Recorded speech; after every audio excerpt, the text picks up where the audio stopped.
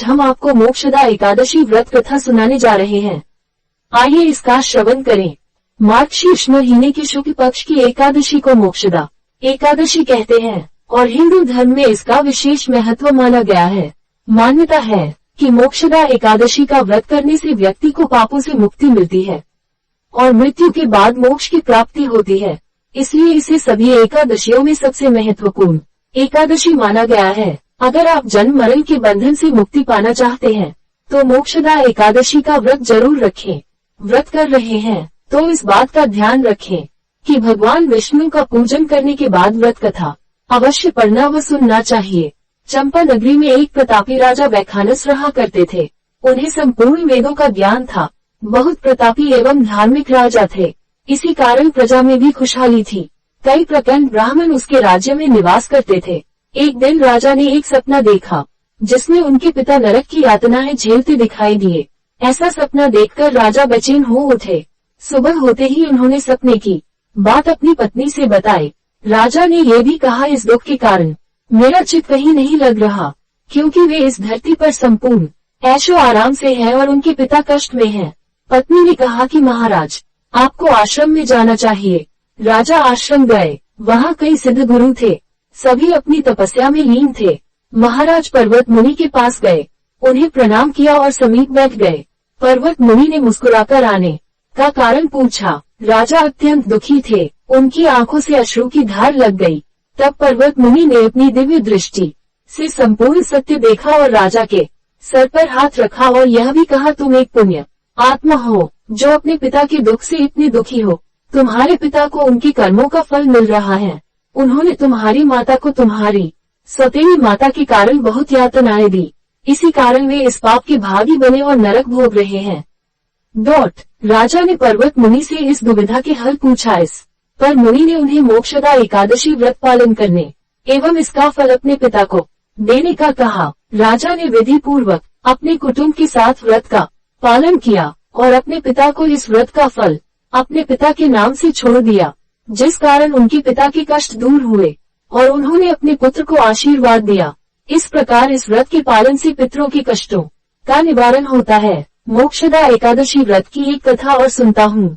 एक बार धर्मराज युधिष्ठिर ने भगवान श्री कृष्ण से कहा कि हे भगवान, मैंने मार्गशीर्ष कृष्ण एकादशी, जिसे मोक्षदा एकादशी भी कहा जाता है, के बारे संपूर्ण विस्तार से सुना है। बहुत ही पुराने समय की बात है। एक गोकुल नामक शहर में वैखानस नाम के राजा का शासन था। माना जाता है कि उस राजा के राज्य में चारों वेदों के बहुत बड़े ज्ञाता ब्राह्मण रहते थे।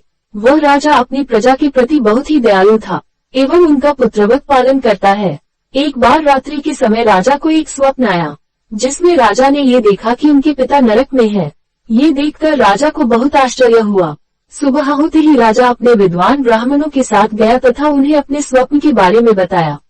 राजा ने ब्राह्मणों से कहा कि उन्होंने अपने पिता को नरक में कष्ट सहते हुए देखा तथा उन्होंने मुझसे कहा है कि हे पुत्र, मैं नरक में हूँ, मुझे यहाँ से मुक्त करवाओ। जिस समय मैंने अपने पिता के द्वारा ये सुना, उस समय से ही मैं बहुत परेशान हो रहा हूँ। मेरे मन भी अशांत है। उस स्वप्न के बाद से ही मुझे इस राज्य, पुत्र, स्त्री, हाथी, घोड़े, धन आदि कहीं पर भी सुप्रतीत नहीं हो रहा है। कृपया मुझे बताएं मैं क्या करूं। राजा ने उन सभी से कहा कि ये ब्राह्मण देवताओं, इस दुख के कारण मेरा संपूर्ण शरीर भीतर से जल रहा है। मुझ पर कृपा करके तप, व्रत, दान आदि कोई ऐसा उपाय बताएं जिससे मेरे पिता को मुक्ति मिल सके। राजा ने कहा कि ऐसे पुत्रों का जीवन पूर्ण रूप से व्यर्थ है जो अपने माता पिता का उद्धार नहीं कर सकते हैं। जिस प्रकार एक चंद्रमा संपूर्ण जगत में प्रकाश कर देता है, उसी प्रकार एक सर्वोत्तम पुत्र जो कि अपने माता पिता का उद्धार कर सकता है, वह हजारों मूर्ख पुत्रों से बेहतर है। ब्राह्मणों ने राजा कहा कि हे मान्यवर, विस्मयादिबोधक चिन्ह, यहाँ पास ही भूत, वर्तमान तथा भविष्य की ज्ञाता पर्वत ऋषि का आश्रम है। वह आपकी समस्या को हल करने में आपकी सहायता अवश्य करेंगे। ब्राह्मणों के कहने पर राजा उन मुनि के आश्रम में पहुँचे। उस आश्रम बहुत सारे ऋषि मुनि तपस्या कर रहे थे। उसी स्थान पर पर्वत ऋषि भी विराजमान थे। राजा ने पर्वत ऋषि को साष्टांग दंडवत प्रणाम किया। ऋषि ने राजा से उनकी कुशलता के बारे में पूछा, जिसका उत्तर देते हुए राजा ने कहा कि आपकी कृपा से राज्य में सब कुछ कुशल मंगल है। किंतु कुछ समय से मेरे मन में अशांति हो रही है। राजा के इतना कहने पर पर्वत मुनि ने अपनी आंखें बंद की तथा भूतकाल को विचारने लगे। कुछ ही समय के पश्चात पर्वत ऋषि ने कहा, हे राजन, मैंने अपनी योग शक्ति के बल पर तुम्हारे पिताजी के द्वारा किए गए कर्मों के बारे में पता लगाया है। उन्होंने अपने पिछले जन्म में कामातुर होकर एक पत्नी को रति प्रदान की, किंतु सौत के कहने पर दूसरी पत्नी को ऋतुदान मांगने पर भी नहीं दिया। उनके द्वारा किए गए इसी पाप कर्म के कारण ही उन्हें नरकलोक में जाना पड़ा। पर्वत मुनि के ऐसा कहने पर राजा ने उनसे इसका समाधान बताने के लिए कहा।